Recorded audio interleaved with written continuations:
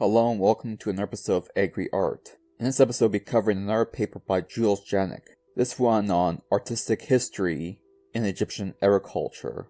This video will cover the plants utilized by the ancient Egyptians. Let's get started.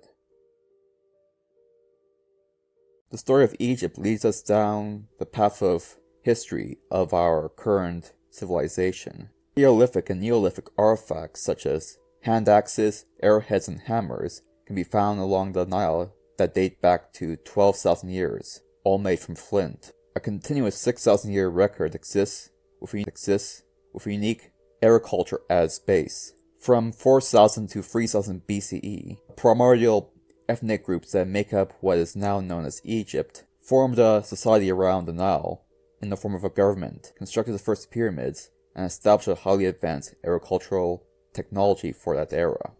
Knowledge of the history of Egyptian agriculture and horticulture can be gleaned from the archaeological record, supported by surviving Egyptian documents, temple inscriptions, and commentaries from antiquity, including works by the Greek historian Herodotus, who lived between 484 and 425 BCE, and the philosopher Theophrastus, who lived between 372 and 288 BCE. Tombs and temples dating before 3000 BCE also depict agricultural activities. Such activities were the favorite themes of artists who drew and sculpted lively scenes of daily life that adorned the tombs of pharaohs. The creation of Egyptian agriculture did not occur in a vacuum, however.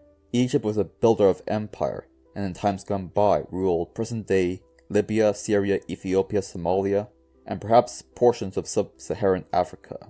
This group would continuously obtain innovations, inventions, as well as new crops from the Fertile Crescent and Africa. In addition, there is context from the realms of Western Asia and parts of China. A vast number of plant species were obtained through this process.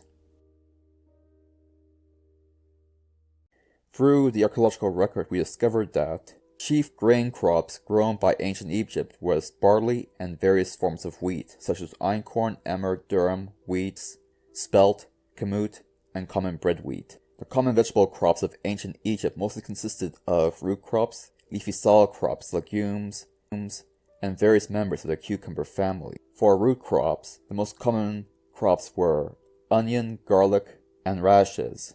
All of the above remain popular to this day within modern-day Egypt. From a salad crop perspective, lettuce and parsley were the crops of choice, and the most common in the archaeological record. On the pulse side of things, crops such as cowpea, fava bean, chickpea, and lentils were the primary staple crops in terms of pulse crops. Of the cucumber family, the cucumber, the melon, and the watermelon in later years were the most prominent crops utilized by the Egyptians. On the fruit crop side of things, the fruits utilized by Egypt expanded throughout the centuries throughout different eras. The date palm and the durum palm, as well as the sycamore fig, are pre-dynastic Egyptian fruits, although the last crop is not native to that region. During the Old Kingdom era, the jubjub, the fig, and the grape were introduced. During the Middle Kingdom era, the carob and pomegranate were introduced to Egypt. During the New Kingdom era, the olive and apple was introduced. And during the Greco-Roman era, Egypt obtained the peach and the pear. Industrial and fiber crops were also important to ancient Egypt. The oil of the castor bean was used for illumination and medicine throughout its history. Another oil crop was flax, which was utilized heavily for linen as well. The henna plant was used extensively for dye, and the papyrus plant was utilized for paper and medicine. The aquatic lotus was utilized for seed and decoration, more on that later, and the acacias were utilized for gums and oils. The ancient Egyptians loved flowers, as evidenced by murals portraying court ladies wearing Egyptian lotus blooms, as well as art pieces depicting the use of these plants as container plants, and their use in funeral garlands. Ramses I founded pleasure gardens, which would become the forerunners of modern formal gardens. First use of container plants would also appear during this era.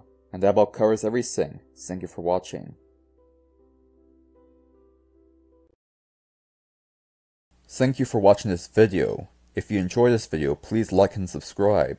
If you really enjoyed it and think you can donate, you can do so at Buy Me a Coffee, link in the description below. Thank you for watching.